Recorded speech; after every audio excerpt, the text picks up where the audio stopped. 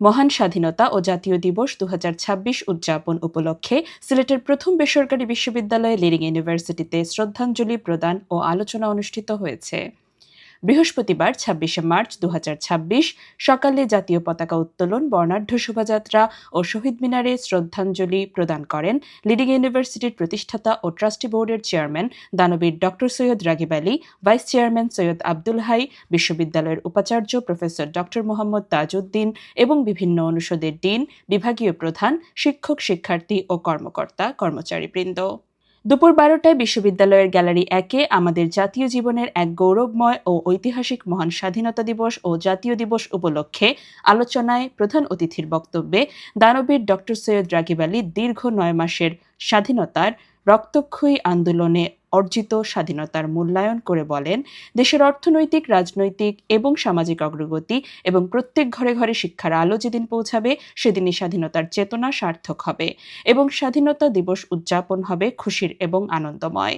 তিনি মহান স্বাধীনতা ও জাতীয় দিবসের তাৎপর্য থেকে শিক্ষা নিয়ে দেশের কল্যাণে আত্মনিয়োগ করে এদেশের শিক্ষা, স্বাস্থ্য এবং অর্থনীতির উন্নয়নে সবাইকে একসাথে কাজ করার আহ্বান জানান।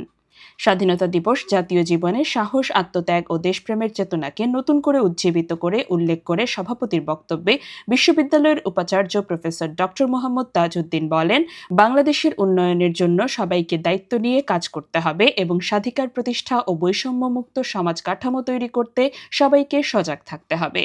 তাহলেই স্বাধীনতার মূল লক্ষ্য বৈষম্যহীন, গণতান্ত্রিক ও শান্তিপূর্ণ দেশ গঠন সম্ভব হবে।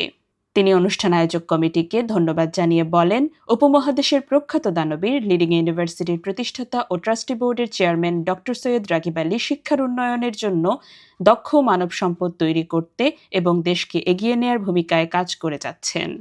তিনি তার সুস্থতা ও দীর্ঘায়ু কামনা করেন। জাতীয় জীবনের অনন্য গৌরবময় দিবস উদযাপন অনুষ্ঠানে বিশেষ অতিথির বক্তব্যে লিডিং ইউনিভার্সিটি ট্রাস্টি বোর্ডের ভাইস চেয়ারম্যান সৈয়দ আব্দুল হাই রক্ত দিয়ে যারা স্বাধীনতা এনে দিয়েছেন তাদেরকে শ্রদ্ধার সাথে স্মরণ করে অর্জিত স্বাধীনতার গুরুত্বারোপ করেন এবং শহীদদের আত্মার মাগফিরাত কামনা করেন। অনুষ্ঠানে স্বাগত বক্তব্য প্রদান করেন অনুষ্ঠান আয়োজক কমিটির আহ্বায়ক ও বিশ্ববিদ্যালয়ের ব্যবসায় প্রশাসন অনুষদের dean professor doctor Bashir Ahmed Bhuiyan. অনুষ্ঠানে আরও বক্তব্য প্রদান করেন লিডিং ইউনিভার্সিটির কলা ও আধুনিক ভাষা অনুষদের dean professor doctor Mohammad Rezaul Karim, ছাত্রকল্যাণ উপদেষ্টা প্রফেসর ডাক্তার মোহাম্মদ আব্দুল মজিদ মিয়া, ট্রাস্টি বোর্ডের সচিব ইঞ্জিনিয়ার মোহাম্মদ লুৎফুর রহমান, প্রক্টর মোহাম্মদ মাহবুবুর রহমান, সকল বিভাগের বিভাগীয় প্রধানদের পক্ষে ব্যবসায় প্রশাসন বিভাগের বিভাগীয় প্রধান প্রফেসর ডক্টর মোহাম্মদ শাহান শাহমুল্লাহ এবং বিশ্ববিদ্যালয়ের পরিচালক অর্থ ও হিসাব মোহাম্মদ কবির আহমেদ। অনুষ্ঠানে বিভিন্ন বিভাগের বিভাগীয় প্রধান, শিক্ষক, শিক্ষার্থী এবং কর্মকর্তা ও কর্মচারীবৃন্দ উপস্থিত ছিলেন।